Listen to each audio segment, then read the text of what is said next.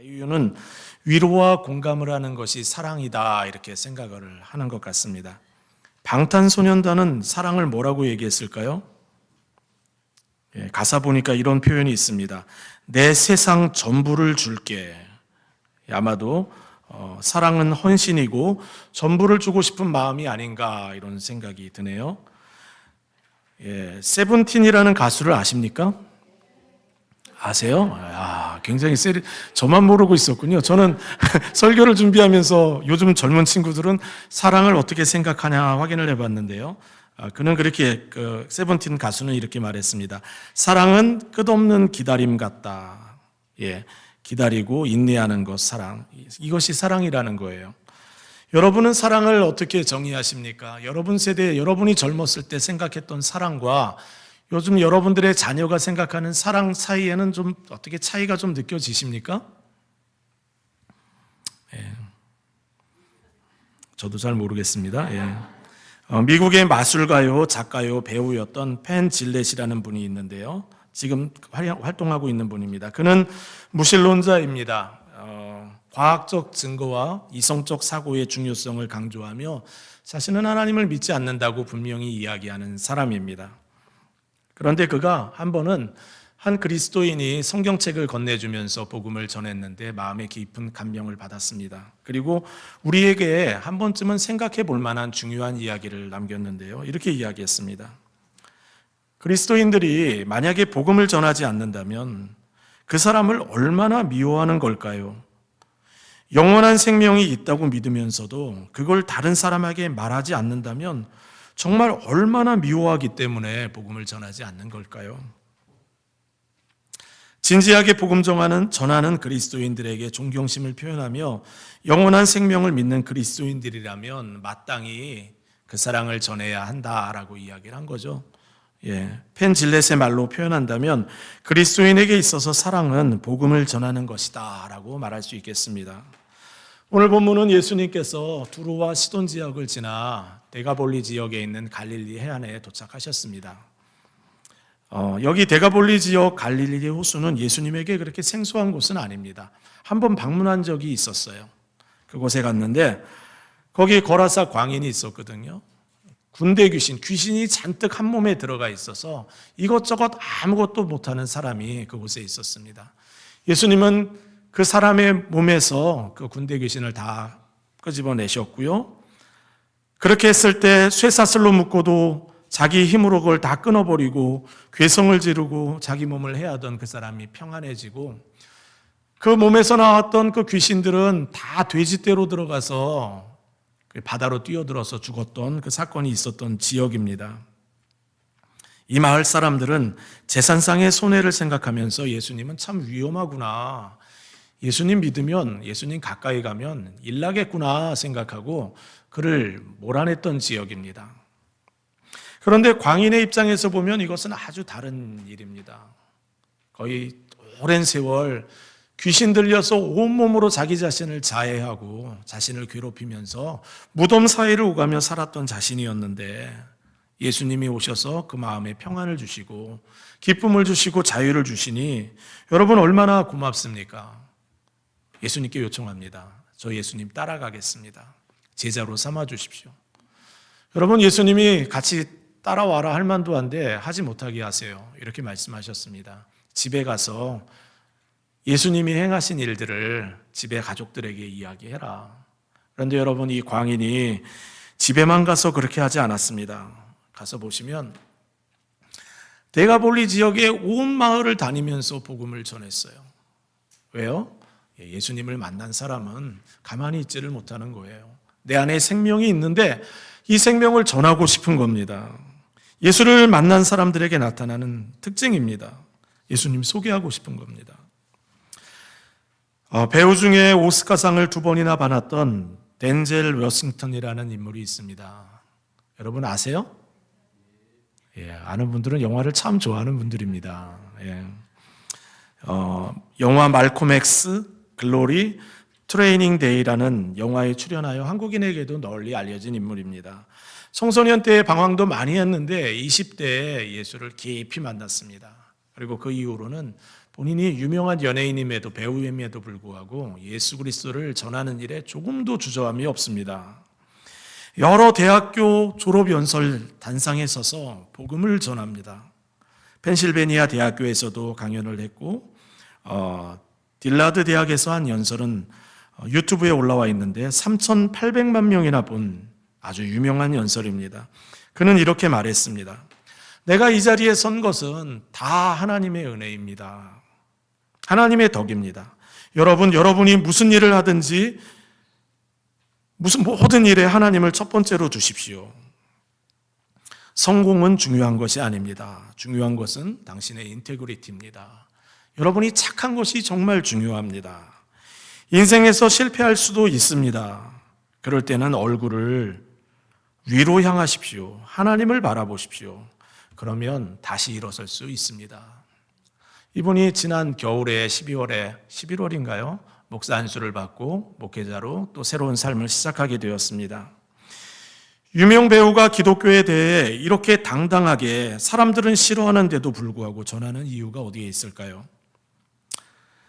뉴욕 메트로폴리탄 오페라, 베를린 국제 오페라, 시카고 리릭 오페라 등 세계적인 무대에서 활동하는 이용훈 씨도 복음 전하는 일에는 조금도 주저함이 없습니다.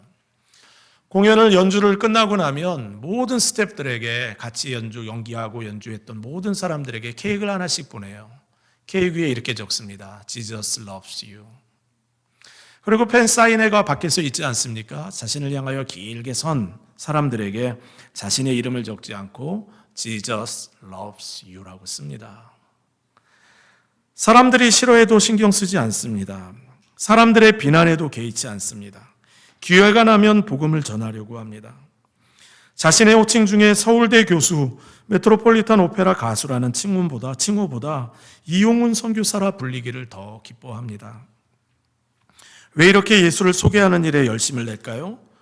돈 주는 것도 아니고 오히려 욕먹을 때도 많은데 왜 이렇게 하죠? 예수 안에 있는 영원한 생명을 경험하면 전하고 싶은 겁니다. 소중한 친구에게, 소중한 가족에게 복음을 전하고 싶은 거예요. 예수님이 데가볼리 지역에 다시 방문했을 때 사람들이 귀먹고 말 더듬는 한 사람을 예수님께 데려왔습니다. 그들은 예수님이 안수기도 해주시면 나을 거라고 믿었습니다. 예수님 보고 떠나가라고, 마을을 떠나라고 얘기했던 사람들이 이렇게 변화되어 있어요. 어떻게 이런 일이 가능했겠어요? 학자들은 그렇게 이야기합니다. 거라사 광인, 귀신 들렸던 사람이 열심히 복음 증거한 결과다.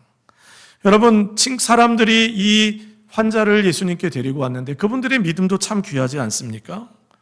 저는 이 말씀을 보면서 좀 전에 제가 예전에 설교했던 지붕을 뚫고 중풍병 환자를 침상채 내렸던 그 믿음의 친구들이 떠올랐습니다. 차이점이 있다면 딱 하나 차이점이 있어요. 하나는 유대인 지역에서 일어났고 이번에는 이방인 지역에서 일어났을 뿐입니다. 복음을 경험한 사람, 예수님의 사랑을 경험한 성도는 자신의 소중한 사람에게 예수님을 소개하고 싶어 합니다. 요즘 목장에 가보면 누구를 전도하려고 하고 있습니다. 기도 부탁합니다. 라고 이야기하는 분이 있고요. 또 교회로 데려오는 분들도 계십니다. 예수님을 만난 사람들의 공통적인 특징이라 할 수 있겠죠. 그렇다면 여러분, 예수님은 그 친구들의 믿음에 어떻게 반응하십니까? 그들이 데려온 그 친구의 몸을 만지셨어요. 자신의 손가락을 양 귀에 넣고 자신의 혀에, 그 손바닥에 침을 발라서 그 환자의 혀에 대셨습니다. 중요한 것은 지금 예수님이 그 환자의 문제가 되는 지점을 터치하고 있다는 거예요. 사람들은 문제가 있는 곳들, 오염이 된 곳들은 부정하다고 생각해서 손을 대지 않아요. 그런데 예수님은 일부러 자신의 몸을 그의 환부에 대십니다.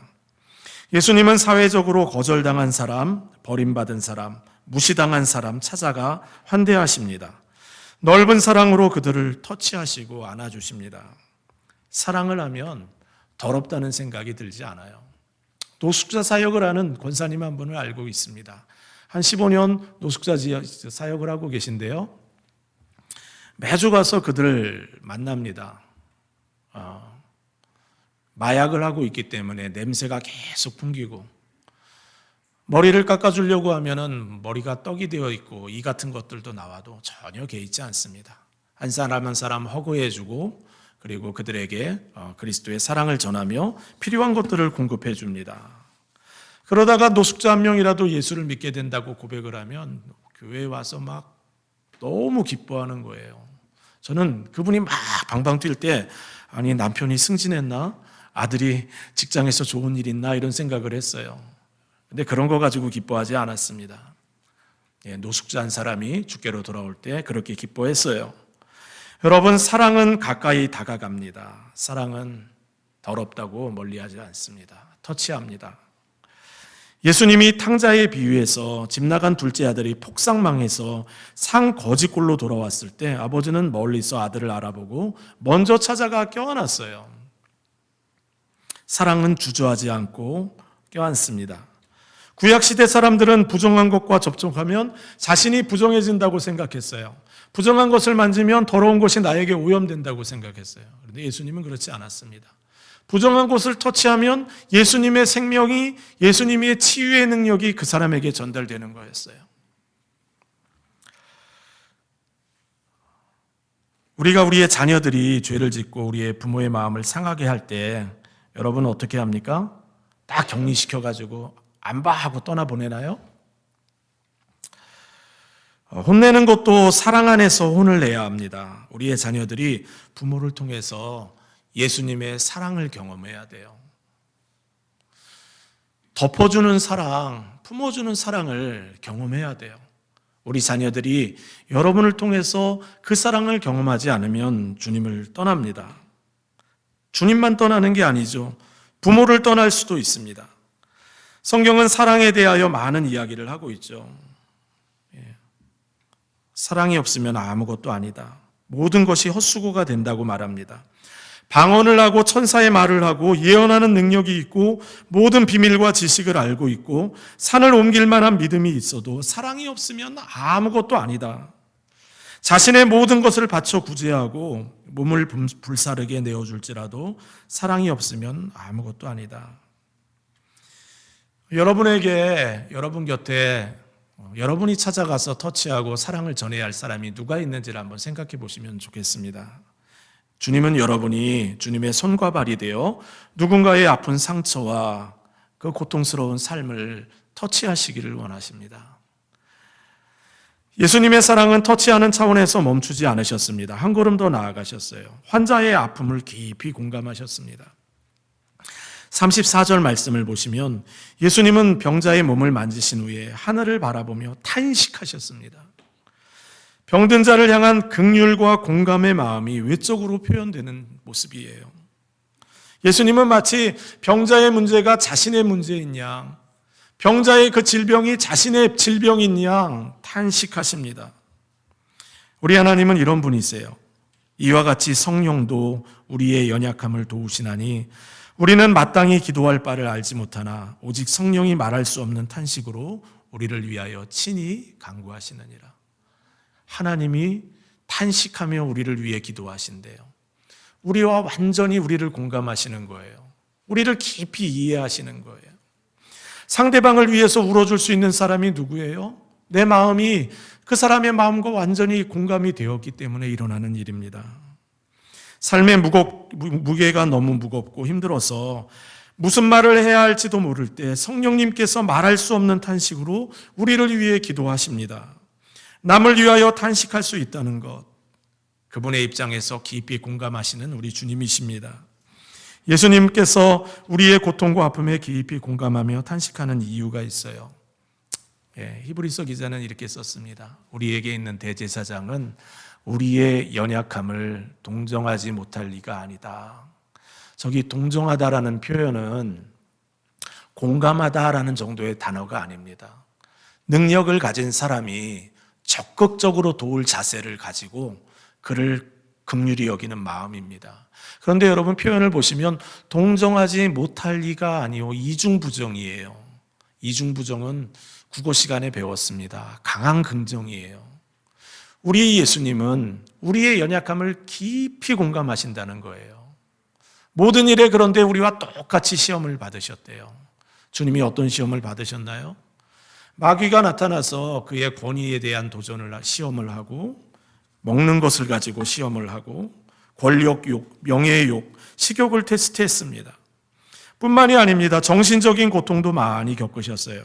제자들을 통해 제자들이 배신하는 것도 경험해야 했고, 외로움도 느끼셨어요. 인자는 머리 둘 곳이 없다 말씀하시며 외로움을 이야기하기도 하셨습니다. 수치심도 맛보셨어요.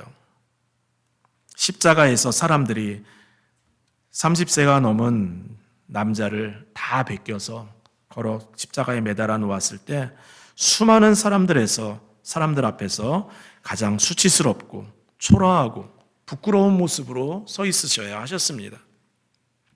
그뿐만이 아닙니다. 육체적인 고통도 당하셨어요. 매질당하시고 손과 발에 못 박히시고 머리에 가시관을 쓰시고 허리에 창에 찔리시고 채찍질을 당하시고 인간이 겪는 고통 중 가장 큰 고통을 예수님이 다 경험하셨어요.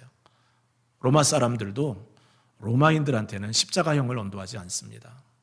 수치스러운 그 형벌을 언도하지 않을 뿐더러 그렇게 고통스러운 형벌을 로마인에게는 언도하지 않습니다. 그런데 주님은 그것을 다 감당하셨습니다. 그래서 주님은 우리의 아픔과 우리의 마음의 문제와 우리의 육체의 모든 문제를 다 아십니다. 그분이 우리를 위하여 탄식하십니다. 그분이 우리에게 요청하십니다. 그러므로 우리는 긍휼하심을 받고 때를 따라 돕는 은혜를 얻기 위하여 은혜의 보좌 앞에 담대히 나오라. 때를 따라 도움이 필요할 때마다 은혜의 보좌 앞에 예수님이 어떤 의자에 앉아 계시다고요? 은혜 베푸는 자리에 앉아 계시는 거예요. 구약 성경에는 시은좌라고 표현되어 있어요. 베풀 시 은혜은 보좌 좌예요. 은혜를 베푸는 자리에 앉으셔서 은혜를 베풀겠다고 작정하시고 우리를 바라보고 계십니다. 남들이 모르는 고통과 눈물로 탄식하며 살아가는 분들이 혹시 있는지 모르겠습니다. 하늘을 우러러 탄식하시는 예수님이 여러분의 마음을 깊이 공감하십니다. 터치하시고 공감하시는 주님이 여러분 곁에 있습니다. 한 가지 더 주목해 봐야 하는 것이 있는데요. 예수님이 병자를 터치하시고 공감하시는 데까지는 아무런 기적도 일어나지 않았어요. 그런데 예수님께서 말씀하셨을 때, 그 입에서 하나님의 말씀이 선포됐을 때 기적이 일어났습니다. 에바다, 우리 성경에는 표현되어 있지 않지만요, 아람어입니다. 주목해서 들어라 하고서 헬라어로 쓰다가 요다나만 아람어로 썼어요. 에바다, 열려라. 하나님의 말씀이 사람을 치료합니다. 예수님은 말씀으로 치료하십니다. 주님의 사랑은 말씀으로 치료하는 사랑입니다. 하나님은 말씀으로 세상을 창조하시고 말씀으로 세상을 다스리십니다. 오늘날에도 하나님은 말씀으로 능력을 나타내 보이십니다. 세상에서 정말 기적 중의 기적은요, 여러분들이 예수 믿는 겁니다. 여러분, 예수 믿는 게 그게 그렇게 쉬운 게 아니에요. 더군다나 과학적인 증거와 이성적 사고를 귀하게 여기며 살아가는 여러분들이 예수를 믿는 것은 이거 신기한 일입니다. 왜 이런 일이 일어납니까? 하나님의 말씀이 선포될 때 하나님이 친히 일하기 때문에 그렇습니다. 하나님이 말씀을 통해 사람을 변화시켜요. 성경에 가장 많은 책을 쓴 사람이 바울입니다. 바울이 많은 성경책을 썼는데요. 그는 하나님 믿을 마음이 예수님을 믿을 마음이 조금도 없었어요. 가말리엘 문화의 제자였어요. 오늘날로 얘기하면 하버드 대학의 최고의 교수 아래서 1:1 교육을 받은 사람입니다. 태어나면서부터 로마 시민입니다. 권력도 가지고 있었고 재산도 있었고 지식도 출중했고 가문도 좋았습니다. 예수 믿는 사람 핍박하는 일에 맨 앞장서서 나섰던 사람이에요. 그런데 그가 예수를 전하는 사람이 되었어요. 어떻게 그렇게 되었습니까? 예수님의 음성을 들었거든요. 사울아 사울아 어찌하여 나를 핍박하느냐, 나는 내가 핍박하는 예수라. 하나님의 음성이 들려지면 하나님을 만나게 됩니다. 말씀의 능력을 경험하게 됩니다. 성경에는 일반적이고 이성적인 추론을 초월하는 이야기가 너무나도 많이 들어 있습니다. 말씀으로 세상을 창조하셨다. 여자가 남자 없이 아이를 낳았다. 죽은 자가 다시 살아났다. 예수님이 부활하셨다. 승천하셔서 하늘에 올라가셔서 하나님 보좌의 우편에 앉으셔서 여전히 우리를 다스리고 계신다. 여러분, 이성적이고 논리적인 사람은 수용하기 힘든 이야기가 가득한 책이 성경책입니다. 그런데 여러분, 우리가 왜 이것을 믿습니까? 하나님의 말씀이 우리 마음에 들릴 때 하나님이 우리 안에 역사하기 때문입니다. 하나님의 호흡이 담긴 성경을 읽으면, 하나님의 말씀을 들으면 우리 안에 역사가 일어납니다. 한국의 최초 선교사였던 토마스 선교사님이라는 분이 계세요. 제너럴 셔먼호를 타고 성경책을 품에 품고 조선 땅에 들어가서 복음을 전해야지 생각하고 오셨던 분이에요. 그런데 여러분, 조선 땅에 진입하는 과정에서 수많은 포탄이 배에 떨어지면서 배가 완전히 풍비박산이 되었어요. 어떻게든 복음을 전해야겠다는 생각으로 선교사님은 성경책 몇 권을 품에 안고 물로 뛰어들어요. 그리고 간신히 무트에 도착했는데 박충권이라는 사람이 그를 보자마자 칼로 그를 찔러 죽였습니다. 선교하러 왔는데, 복음 전하러 왔는데 한마디도 전하지 못하고 그래서 죽어가면서 여러 성경책 중에 한 권을 빼서 박충권에게 주었어요. 그 책을 버렸다가 책을 보니 아주 고급 종이에 쓰여진 책이 쓸만하겠다 싶어서 한 권 챙겨서 집으로 왔어요. 그런데 이 성경책 펴서 이렇게 펴놓고 읽기 시작하다가 이분이 예수를 믿게 됐어요. 그리고 장로가 되어 한국 기독교 초대에 귀한 섬김의 삶을 사는 사람이 되었습니다. 그뿐만이 아닙니다. 성경책 여러 권이 사람들에게 전달됐는데 박영식이라는 사람은 야, 이거 참 종이가 좋으니까 집에 가서 벽지로 써야겠다 생각하고 벽에다 갖다 온통 발랐습니다. 그리고 잠자다가 이렇게 일어나서 이렇게 또 보는 거예요. 글씨를 보니까 거기 말씀이 살아서 자기 마음으로 안으로 돌아오는 거예요. 예수를 믿는 겁니다. 그도 그렇게 예수를 믿게 되었고, 또 그의 조카 이영태도 삼촌 집에 방문했다가 벽에 바른 성경을 읽고 예수를 영접합니다. 어떻게 이런 일이 일어나나요? 하나님의 말씀에는 하나님의 호흡이 들어있고 하나님의 말씀에는 능력이 있기 때문에 그렇습니다. 성도 여러분, 하나님의 말씀을 가까이 하시기 바랍니다. 말씀이 여러분 귀에 자주 들리도록 하시기 바랍니다. 성도의 신앙의 부흥은 말씀이 가까이 있을 때 일어나는 거예요. 말씀이 내 안에서 막 역사할 때 우리 안에 계신 성령님이 우리 안에서 일하시는 거예요. 그런데 한 가지 꼭 기억해야 할 것이 있습니다. 말씀을 무조건 읽고 묵상하는 것에 그치지 않고 그 말씀을 사용하는 방법도 잘 알아야 합니다. 우리가 인생에 힘들고 고난이 겹겹이 우리를 찾아올 때 그 고난을 잘 통과하려면 말씀을 잘 사용하는 법을 알아야 돼요. 이거를 모르면 세상 사람들처럼 무력감을 느끼며 살아갈 수도 있습니다. 안타까운 것은요, 성도들 중에도 말씀을 어떻게 사용해야 하는지를 잘 모르는 사람들이 많습니다. 말씀 사용법을 잘 모르는 사람들은 고난을 만나면 딱 드러납니다. 고난을 만나 힘든 상황이 되면 우리 내면에 우리 자아가 우리에게 속삭이는 소리들이 있거든요. 잘 안 될 것 같다. 야, 이러다가 끝날 수도 있겠네. 내가 하는 게 다 그 모양이지. 이렇게 부정적인 내 자아가 나에게 하는 이야기들이 우리 귀에 들릴 때가 있습니다. 우리 내면에서 나의 자아가 말하는 부정적인 소리를 듣기만 하면 우리는 슬픔에 빠지고 낙심에 빠질 때가 많이 있어요. 여러분, 이럴 때 말씀을 사용하는 거예요. 말씀 사용법은 아주 간단합니다. 낙심될 때에 하나님의 말씀을 내 귀에, 내 자아에게 들려주는 거예요. 로이드 존스 목사님이 하신 말씀입니다. 영적 침체에서 가장 큰 문제는 우리가 스스로에게 말을 걸지 않고 내면의 목소리가 우리에게 말하도록 놔둔다는 것입니다. 영적 침체에서 가장 큰 문제는 우리가 스스로에게 말을 걸지 않고 낙심하고 있는 내 자아에 말을 걸지 않고 내면의 목소리가 우리에게 말하도록 그대로 내버려 둔다는 겁니다. 당신은 인생의 불행 대부분이 스스로에게 말을 걸지 않고 내면의 음성만 듣는 데서 비롯됐다는 사실을 깨달았습니까? 무엇이 문제입니까?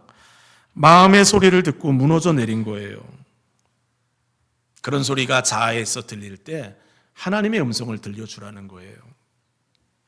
시편 42편 말씀입니다. 내 영혼아, 내가 어찌하여 낙심하며 어찌하여 내 속에서 불안해하는가? 너는 하나님께 소망을 두라. 그가 나타나 도우심으로 말미암아 내가 여전히 찬송하리라. 여러분, 자기 영혼에게 외치는 거예요. 내가 언제까지 낙심하고 언제까지 불안해할 거냐? 지금 누구에게 얘기하는 거예요? 내 자아에게 이야기하는 거예요. 너는 하나님께 소망을 두라. 누구에게 하는 이야기예요? 낙심하고 있는 자아에게 들려주는 이야기입니다. 그가 나타나 도우심으로 말미암아 내가 여전히 찬송하리로다. 시인은 자기 자아에게 선포합니다. 나는 하나님께만 소망을 두겠다. 나는 구원자 되시는 주님만 바라보겠다. 나는 어떤 상황이든지 간에 하나님만 찬송하겠다. 결연한 고백입니다. 한 번만 고백한 게 아니에요. 시편 42편 5절에도 똑같이 나오고 42편 11절에도 똑같이 나와요. 글자 한 글자 틀리지 않게 2번 외칩니다. 자기의 내면의 자아에게 외치는 거예요. 많은 신앙의 사람들이 이렇게 살았습니다. 시편 42편에도 한 시인은 이렇게 고백합니다. 고관들도 앉아서 나를 비방하였사오나 주의 종은 주의 율례들을 작은 소리로 엎드렸나이다. 수많은 사람들이 나를 공격하고 나를 힘들게 하지만 나는 조용히 앉아서 주의 음성을 내 영혼에게, 내 마음에 들려주었다는 거예요.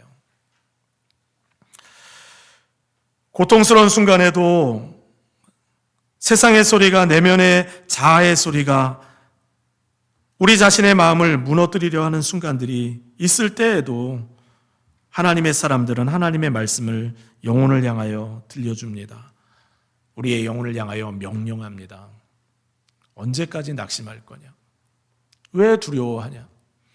에바다 열려라 말씀하시며 찾아오시는 주님의 말씀을 듣습니다. 여러분, 여러분의 마음이 힘들 때 자아의 부정적인 소리를 거부하고 에바다 열려라 말씀하시기 바랍니다. 회복을 선포하며 주님 앞에 서시기를 바랍니다. 부정적이고 낙심되는 자아의 소리를 거부하고 살리시고 회복시키시고 새롭게 하시는 주님의 말씀을 여러분의 마음에 자주 들려주시기 바랍니다. 예수님이 이 땅에 오신 목적은 우리를 멸망시키고 죽이려고 오신 것이 아닙니다. 우리로 하여금 생명을 얻게 하고 더욱 풍성히 얻게 하기 위하여 이 땅에 오셨어요. 도둑이 온 것은 도둑질하고 죽이고 멸망시키려는 것뿐이요, 내가 온 것은 양으로 생명을 얻게 하고 더 풍성히 얻게 하려는 것이라. 나는 선한 목자라. 선한 목자는, 우리 예수님은 양들을 위하여 목숨을 버리느니라. 예수님의 그 터치하시는 사랑, 공감하시는 사랑, 말씀으로 치유하시고 회복하시는 그 사랑을 여러분의 마음에 자주 들려주시기 바랍니다. 어떤 힘든 일이 있다 하여도 주님의 사랑의 음성을 여러분의 자아에게 계속 들려주시며 오직 나는 주만 바라보고 주만 찬양하겠다고 선포하며 살아가시는 여러분들 되시기 바랍니다. 인생의 힘든 여정을 걸어가는 여러분의 자녀들이 있습니까? 친구들이 인생의 힘든 시간들을 보내고 있습니까? 그들에게 사랑의 언어, 생명의 언어를 들려주시기 바랍니다. 하나님께서 그들에게도 이전에 경험하지 못했던 놀라운 은혜를 경험하게 하시며 모든 것을 새롭게 하실 것입니다. 그 은혜를 누리시는 저와 여러분 되시기를 주님의 이름으로 축복합니다. 우리 함께 찬양하겠습니다.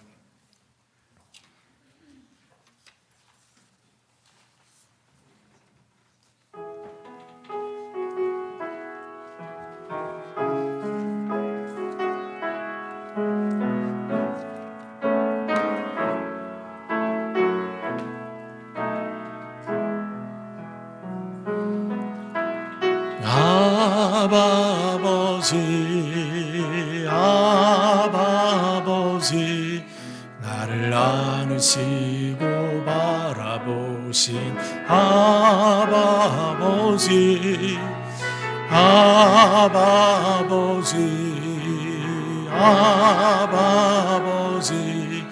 나를 도우시고 힘주시는 아버지 주는 내 마음을 고치시고 볼 수 없는 상처 만지시네. 나를 아시고 나를 이해하시네. 내 영혼 새롭게 세우시네. 아바 아버지, 아바 아버지, 아바 아버지, 나를 안으시고 바라보신 아바 아버지, 아바 아버지, 아바 아버지, 나를 도우시고 힘주시는 아버지. 주는 내 마음을 고치시고 볼 수 없는 상처 만지시네. 나를 아시고 나를 이해하시네. 내 영혼 새롭게 세우시네. 주는 내 몸을, 내 마음을, 주는 내 마음을 고치시고 볼 수 없는 상처 만지시네. 나를 아시고 나를 이해하시네. 내 영혼 새롭게 세우시네. 같이 기도하겠습니다. 우리를 터치하시고 탄식하시며 공감하시고 말씀으로 치료하시는 예수님의 사랑이 있어서 오늘 우리가 이 자리에 서 있습니다. 안타까운 것은 우리를 향한 주님의 사랑이 이토록 크심에도 불구하고 우리는 때때로 낙심하고 절망하고 괴로워합니다. 예수님이 에바다 말씀하셨을 때 치유의 역사가 일어난 것처럼 우리도 우리의 영혼을 향해, 우리의 매여있는 상황을 향해 에바다 외치며 나는 오직 주님만 바라보고 주님만 찬양한다고 외칠 때 하나님이 우리 안에 역사하십니다. 여러분의 마음을 여러분의 감정이 지배하지 못하도록 해야 합니다. 우리 예수님의 사랑과 은혜만이 지배할 수 있도록, 우리의 자아가 우리에게 속삭이는 것이 아니라 우리의 자아를 향하여 하나님의 말씀을 선포하며 하나님 앞에 승리하는 삶을 살기를 소원합니다. 이 고백을 주님 앞에 드리며 함께 기도하며 나아가겠습니다. 함께 기도합니다. 사랑과 은혜 많으신 아버지 하나님, 하나님의 은혜와 긍휼을 주님 앞에 기도하며 구하며 나아갑니다. 아버지 하나님, 내 인생 속에도 아버지 하나님 많은 슬픔의 시간들과 고통의 시간들과 탄식의 시간들이 있었던 것을 고백합니다. 그러나 아버지 하나님, 에바다 열려라 말씀하시는 하나님의 그 말씀을 아버지 하나님 오늘도 붙들고 살기를 원합니다. 열리는 아버지 하나님 역사가 성도들의 삶 속에 일어나게 하여 주시고, 은혜의 역사가 아버지 하나님 성도들의 마음에 열리게 하여 주시고, 하나님의 놀라운 은혜와 능력이 우리의 마음속에 아버지 하나님 새 일을 행하는 역사가 있게 하여 주옵소서. 하나님이 강단에서 에바다 열려라 말씀할 때 하나님의 역사가 나타나게 하여 주시고, 하나님의 은혜가 나타나게 하여 주시고, 하나님의 말씀만이 증거되게 하여 주시고, 두려움이 없는 담대함으로 전할 때 그리스도의 사랑이 넘쳐나게 하시고, 하나님 인도하여 주시옵소서. 하나님 함께 하여 주시옵소서. 아버지 하나님 일하여 주시옵소서. 예수님의 이름으로 기도드립니다.